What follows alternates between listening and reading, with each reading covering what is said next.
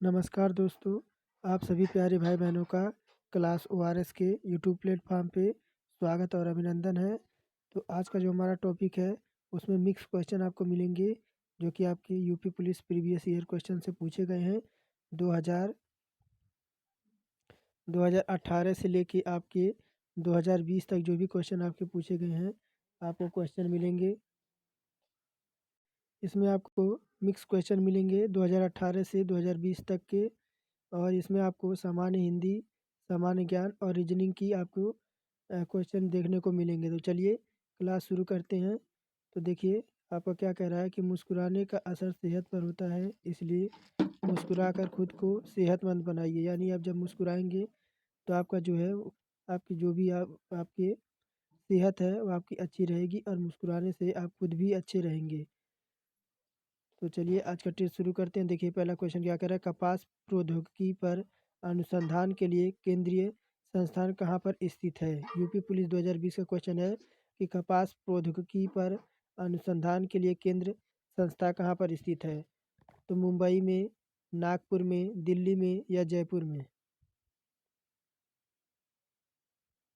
तो कहाँ पे है, तो आपकी मुंबई में। ऑप्शन नंबर ए हमारा करेक्ट हो जाएगा। शिक्षा मित्र निम्नलिखित में से किसे कहा जाता है। शिक्षा मित्र किसे कहा जाता है। तो प्राथमिक विद्यालय के लिए एक शिक्षक क्या, तो प्राथमिक विद्यालय के लिए एक शिक्षक जो होते हैं उन्हीं को हम शिक्षा मित्र कहते हैं। और निम्न में से कौन सा विद्वान शास्त्रार्थ पर हरा दिया गया था। तो निम्नलिखित में से कौन सा विद्वान था जो शास्त्रार्थ पर हरा दिया गया था। तो विवेकानंद थे, रामकृष्ण परमहंस थे, राम मोहन राय थे या दयानंद सरस्वती थे। तो कौन थे, तो आपके दयानंद सरस्वती थे। ऑप्शन नंबर डी हमारा करेक्ट हो जाएगा। और बधु उत्सव का सही संधि विच्छेद रूप क्या होगा। बधु उत्सव का सही संधि विच्छेद क्या होगा। तो बधु और उत्सव का आपका क्या हो जाएगा, तो बधु प्लस उत्सव। ऑप्शन नंबर सी ये हमारा वो आपका जो है यह शुद्ध रूप से संधि विच्छेद इसका होगा। और सुधी, मनीषी, बुध निम्नलिखित में से किसके पर्यायवाची शब्द हैं। सुधी, मनीषी, बुध निम्नलिखित में से किसके पर्यायवाची शब्द हैं। तो ये सारे के सारे आपके पंडित के पर्यायवाची है। ऑप्शन नंबर ए हमारा करेक्ट हो जाएगा। और बाग बाग होना मुहावरे का सही अर्थ होगा। बाग बाग होना मुहावरे का सही अर्थ क्या होगा, तो आपको क्या हो जाएगा, तो खुश होना। खुश होना ये हो रहा हमारा बाग बाग होना मुहावरे का आपका सही अर्थ होगा। और निम्नलिखित में से कौन सा विकल्प है और उनके विलोम का सही सही जोड़ा नहीं है। कौन सा विकल्प है आपका जो है उनका जो जोड़ा है वह सही नहीं है। तो राग का विराग होता है, ये तो बिल्कुल सही है। व्यष्टि का समष्टि होता है, ये भी सही है। बच्चा का जवान नहीं होता, बच्चा का क्या होता है, तो बच्चे का बूढ़ा होगा, ये हमारा नहीं है। बाकी उत्तम का अधम ये भी हमारा सही है। तो ऑप्शन नंबर सी हमारा जो है ये हमारा मैच नहीं कर रहा है। यह जो आपका विलोम का जोड़ी आपका सही नहीं है। और CAF CPO के सर्वश्रेष्ठ पुलिस प्रशिक्षण संस्थाओं के विजेता को प्रतिवर्ष कितनी ट्रॉफियाँ प्रदान की जाती है। संक्षिप्त में समान अर्थ में प्रयोग किए गए हैं। तो आपके जो है सर्वश्रेष्ठ पुलिस प्रशिक्षण संस्थाओं के विजेता को प्रतिवर्ष ट्रॉफियाँ प्रदान की जाती हैं। तो कितनी ट्रॉफियाँ आपको प्रतिवर्ष प्रदान की जाती हैं, तो टोटल आपके 3 ट्रॉफियाँ। ऑप्शन नंबर सी हमारा करेक्ट हो जाएगा। और चीनी मुद्रा को क्या कहा जाता है। चीनी मुद्रा को क्या कहा जाता है, तो डॉलर, रुपया, रिम्बनबी या पाउंड। तो आपके तो रिम्बनबी जो है आपका ये चीनी मुद्रा का आपका कहा जाता है। ऑप्शन नंबर सी हमारा करेक्ट हो जाएगा। और निम्नलिखित में से कौन सा सही संधि विच्छेद एक गलत उदाहरण है। तो कौन सा संधि विच्छेद है जो आपका गलत उदाहरण है। तो महा प्लस ओज, महा प्लस ओज आपका जो है ये तो हमारा बिल्कुल सही है। पाओक ये भी सही है। नायक ये भी सही है। लेकिन परोपकार ये हमारा सही नहीं है। क्या? तो परोपकार जो दे रखा है ये हमारा जो है संधि विच्छेद एक का आपका गलत उदाहरण है। और निम्नलिखित जीवों में किसकी यौगिक आंखें होती हैं? निम्नलिखित जीवों में से किसकी यौगिक आंखें होती है? तो जो आपकी ड्रैगन मक्खी होती है इसकी जो है आपकी यौगिक आंखें होती हैं। और ग्रैमी अवार्ड्स निम्नलिखित में से किस क्षेत्र के योगदान के लिए प्रदान किया जाता है? तो ग्रैमी अवार्ड्स निम्नलिखित में से किस क्षेत्रों के योगदान के लिए प्रदान किया जाता है? तो खेल के लिए, फिल्म के लिए, संगीत के लिए, औषधि के लिए। तो किसके लिए? तो आपके संगीत के लिए। ऑप्शन नंबर सी हमारा करेक्ट हो जाएगा। बाकी आगे देखिए, अधिकतम वेतन के लिए किसी व्यक्ति को किस वेतन वृद्धि वाले विकल्प को चुनना चाहिए? तो हर तिमाही में वेतन जो है आपकी 10% की बढ़ोतरी हो या हर साल वेतन में आपको 40% की भी वृद्धि हो। तो अधिकतम वेतन के लिए किसी व्यक्ति को किस वेतन वाले विकल्प का चुनना चाहिए? तो ऑप्शन नंबर ए को चुनना चाहिए, ऑप्शन नंबर दो को। तो किसको चुनना चाहिए? तो हर तिमाही में जब आप करेंगे तो आपके तो टोटल आपके 12 महीने होते हैं। तो जब 4 से डिवाइड करेंगे, 4 तिया 12, यानी तिमाही आपका कितना बढ़ रहा है? 10% आपका बढ़ रहा है। तो ये आपका कितना हो जाएगा? तो 4 तिया 12, ये आपका कितना बढ़ जाएगा? तो हर महीना आपका 10 बढ़ रहा है तो आपका 40% आपको बढ़ जाएगा। कितना? तो 40% आपका सालाना बढ़ जाएगा। तो ऑप्शन नंबर ए को हमारा चुनना चाहिए। और तो क्वेश्चन क्या कह रहा है? वर्णमाला के स्थान पर दिए गए आपको 4 विकल्प दिए गए हैं, एक जैसे हैं लेकिन आपको एक विषम चुनना है इसमें। तो हमने क्या किया? तो टी यू एफ को हमने इसके स्थान को लिख दिया, इनके क्रम को लिख दिया कि आपका टी जो 20 पे आता है, यू 21 पे आता है, एफ हमारा 6 पे आता है, तो इनको जोड़ दिया तो 47 हो गया। वाई 25 पे, जेड 26 पे, ए हमारा 1 पे, तो इनको हमने जोड़ दिया, ये कितना हो गया? तो 52 हो गया। उसी प्रकार डब्लू, यू और जे, डब्लू 23 पे, यू हमारा 21 पे और जे हमारा 10 पे, तो इनको जोड़ा तो हमारा कितना आ गया? तो 54 आ गया। वो हमारा 15 पे, पी हमारा 16 पे और की हमारा 11 पे, इनको जोड़ा तो 42 आ गया। तो देखिए 52, 54 और 42 ये क्या है? तो ये हमारी सम संख्या है। क्या? तो सम संख्या ये सारे के सारे कटने वाली संख्या हैं। बाकी 47 जो है ये हमारा अभाज्य संख्या, ये किसी से कटता नहीं है। क्या है? तो यही हमारा विषम हो जाएगा। ऑप्शन नंबर ए हमारा करेक्ट हो जाएगा। और आगे देखिए, भारत छोड़ो आंदोलन 1942 झारखंड में किस नेता के नेतृत्व में लड़ा गया? भारत छोड़ो आंदोलन 1942 झारखंड में किस नेता के नेतृत्व में लड़ा गया? तो जयपाल सिंह के, या चूनाराम महतो के, रामनाथ सोरेन के, या राम भगत के लिए। तो कौन थे? तो आपका जो चूनाराम महतो थे, इन्हीं के नेतृत्व में आपका 1942 के झारखंड में आपका भारत छोड़ो आंदोलन आपका लड़ा गया। तो कौन थे आपके? तो चूनाराम महतो। और राष्ट्रीय मानवाधिकार आयोग NHRC में कितने सदस्य होते हैं? राष्ट्रीय मानवाधिकार आयोग में कितने सदस्य होते हैं? तो टोटल आपके 13 सदस्य होते हैं। ऑप्शन नंबर डी हमारा करेक्ट हो जाएगा। और निम्नलिखित में से कौन सा असुर का पर्यायवाची शब्द नहीं है? तो निशाचर भी है हमारा असुर का, धनुज भी है, राक्षस भी है, लेकिन महाकाव्य नहीं है। कौन? तो महाकाव्य नहीं है। महाकाव्य क्या होते हैं? जैसे आपका महाभारत हो गया और आपकी रामायण हो गई, ये हमारे महाभारत होते हैं, ये हमारे महाकाव्य होते हैं। रामायण, क्या? रामायण। और निम्नलिखित वाक्यांशों में अपादान कारक आपका प्रयुक्त हुआ है किसमें? तो श्याम का घर इसमें नहीं है, तो नहीं। पेड़ से गिर पड़ा, ये हमारा हो गया। कुर्सी के नीचे, ये भी नहीं है। आरी से काटो, ये भी नहीं है। तो अपादान किस में है?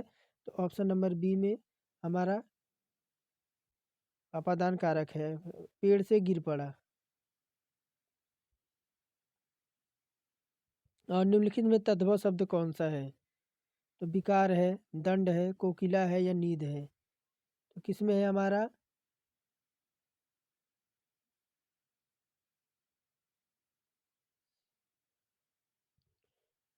तो नींद में हमारा क्या है, तो नींद में हमारा तद्भव शब्द है, नींद हमारा तद्भव शब्द है, ऑप्शन नंबर डी हमारा करेक्ट हो जाएगा। और निम्नलिखित वाक्यों में आए हुए खाली स्थानों के लिए सही शब्द चुनिए। तो आपको अभिषेक डैश क्या करेंगे, तो अभिषेक अपने आप घर चला गया, क्या, तो अभिषेक अपने आप घर चला गया, ऑप्शन नंबर बी हमारा इसमें भरा जाएगा। और देखिए सन 2019 में ब्याज सम्मान किसे प्रदान किया गया था, तो नासिरा शर्मा को, लीलाधर जगूड़ी को, या ममता कालिया को, या नरेंद्र कोहली को। तो हमारा जो सन 2019 में ब्याज सम्मान किसे प्रदान किया गया था, तो हमारे नासिरा शर्मा को, ऑप्शन नंबर ए हमारा करेक्ट हो जाएगा। और देखिए क्या कह रहा है, यदि माइनस का अर्थ है गुणा, क्या, तो देखिए माइनस का अर्थ है हमारा क्या, गुणा, माइनस का अर्थ गुणा हो गया, और गुणे का अर्थ क्या है, गुणे का अर्थ क्या है, तो योग, क्या, यानी योग के अर्थात प्लस, और प्लस का अर्थ है आपका क्या, तो घटाव, क्या, प्लस का अर्थ क्या है आपका घटाव। प्लस का अर्थ आपका विभाजन है, विभाजन क्या करेंगे, देखिए एक मिनट, विभाजन है, क्या, तो प्लस का अर्थ है आपका विभाजन। उसके बाद प्लस का अर्थ घटाव, तो निम्नलिखित व्यंजकों का मान कितना होगा, तो 40 और 40 और 40, फिर गुणे का अर्थ क्या दे रखा है, तो क्या कह रहा है देखिए कि यह यदि अगर आप सबको रखेंगे 40 गुणे 123 माइनस 6 माइनस 60 को हम जब सॉल्व करेंगे तो हमारा उत्तर क्या आ जाएगा, तो उत्तर हमारा आ जाएगा 4, ऑप्शन नंबर सी हमारा करेक्ट हो जाएगा। बाकी आगे देखिए कि 2010 के दौरान लागू हुई नवीनतम कोर अंतर्राष्ट्रीय मानवाधिकार संधि निम्नलिखित में से कौन सी है। 2010 के दौरान लागू हुई नवीनतम कोर अंतर्राष्ट्रीय मानवाधिकार संधि निम्नलिखित में से कौन सी है, तो हमारा एनफोर्ड डिसएपियरेंस पर सीमित, क्या, तो एनफोर्ड डिसएपियरेंस पर सीमित, यह हमारा ऑप्शन नंबर बी इसमें करेक्ट हो जाएगा।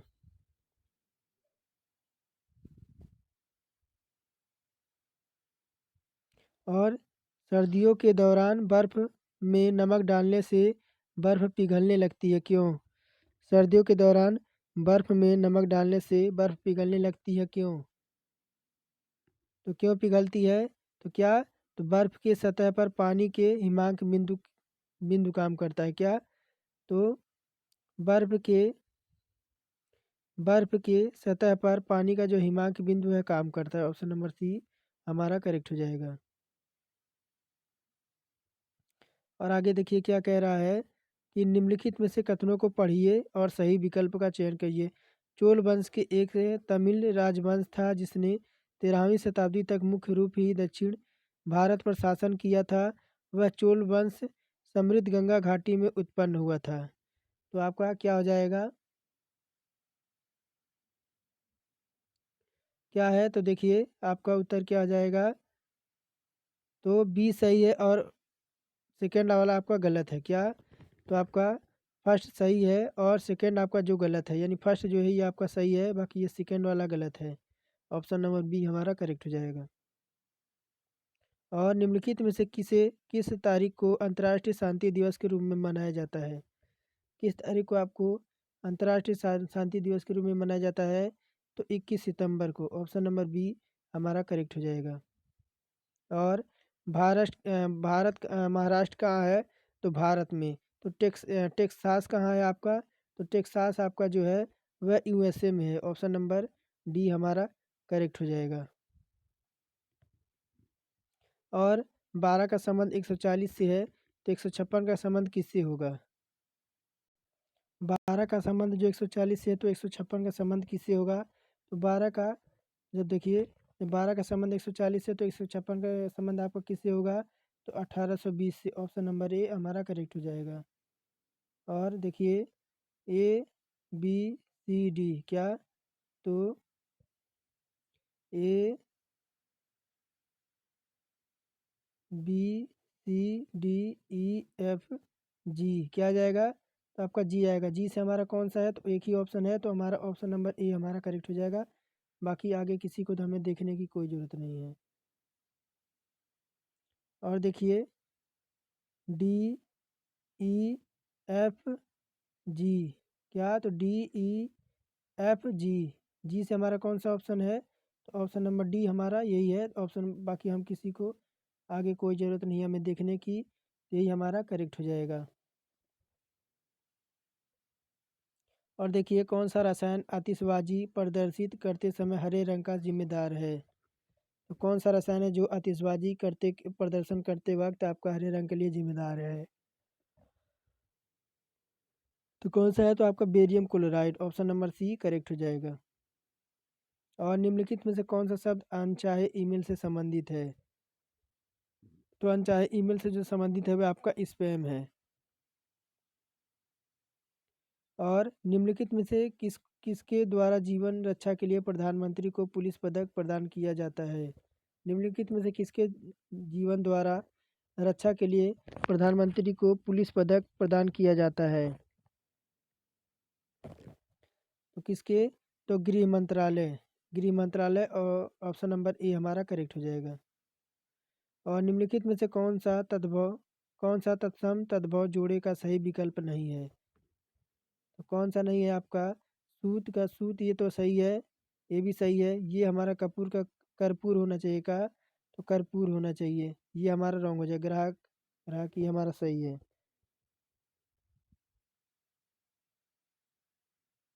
और भारतीय संविधान में 22 भाषाओं का जो आधिकारिक भाषा का दर्जा दिया गया है, जिनमें यह भाषा शामिल नहीं है। यानी जो आपकी भारतीय संविधान में 22 भाषाओं का आधिकारिक भाषा का दर्जा दिया गया है, उनमें कौन सी भाषा शामिल नहीं है, तो इसमें आपकी जो है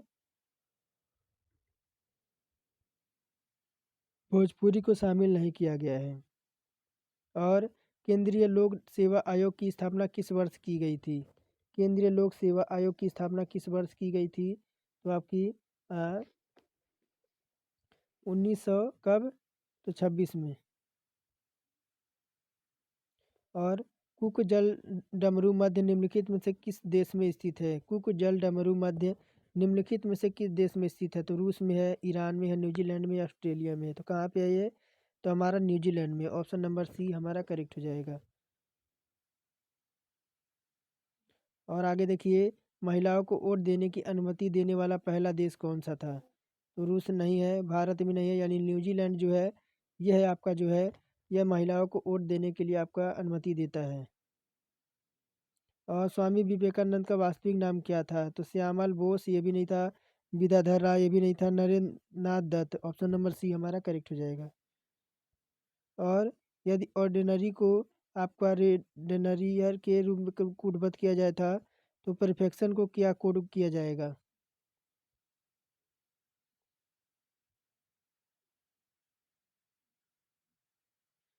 क्या किया जाए आपका, तो ऑप्शन नंबर ई हमारा बी जो हमारा है वह करेक्ट हो जाएगा। कैसे का करेक्ट हो जाएगा, आप देखिए जो है आपके अक्षर हैं, तो यहाँ पे आपकी चेंजिंग हो रही है, क्या हो रही है, तो एक अक्षर को दूसरे अक्षर को आपका उल्टा लिख दिया जा रहा है, तो ऑप्शन नंबर बी हमारा करेक्ट हो जाएगा। और दी गई श्रृंखला में प्रश्नवाचक स्थान पे क्या आएगा, A B C D E F G, क्या, तो जी आ रहा है, जी किसी ऑप्शन में नहीं है, तो ऑप्शन नंबर जी हमारा करेक्ट हो जाएगा। और अंगूर की खेती को आमतौर पर क्या कहा जाता है। अंगूर की खेती को आमतौर पर क्या कहा जाता है, तो हमारा BT culture, option number D correct हो जाएगा। और निम्नलिखित में से भारतीय अर्थव्यवस्थाओं में से सब्सिडी या आर्थिक सहायता का वर्णन कौन सा विकल्प सही नहीं है। तो कौन सा विकल्प नहीं है आपका, तो देखिए उत्पादक के कारकों का व्यवसाय उद्यम द्वारा किया जाता है, तो ये तो बिल्कुल सही है। और देश की सरकार से एक उद्यम में से एक उद्योग के लिए धन का हस्तांतरण, ये हमारा रॉन्ग हो जाएगा। निजी कंपनियों द्वारा शेयर धारकों को किया गया भुगतान, और देश की सरकार के एक उद्यम या उद्योग द्वारा धन का हस्तांतरण, ये भी सही है। यानी ऑप्शन नंबर बी जो हमारा है वह आपका वर्णन, तो कौन सा है, एक मिनट शायद कुछ मिस हो गया।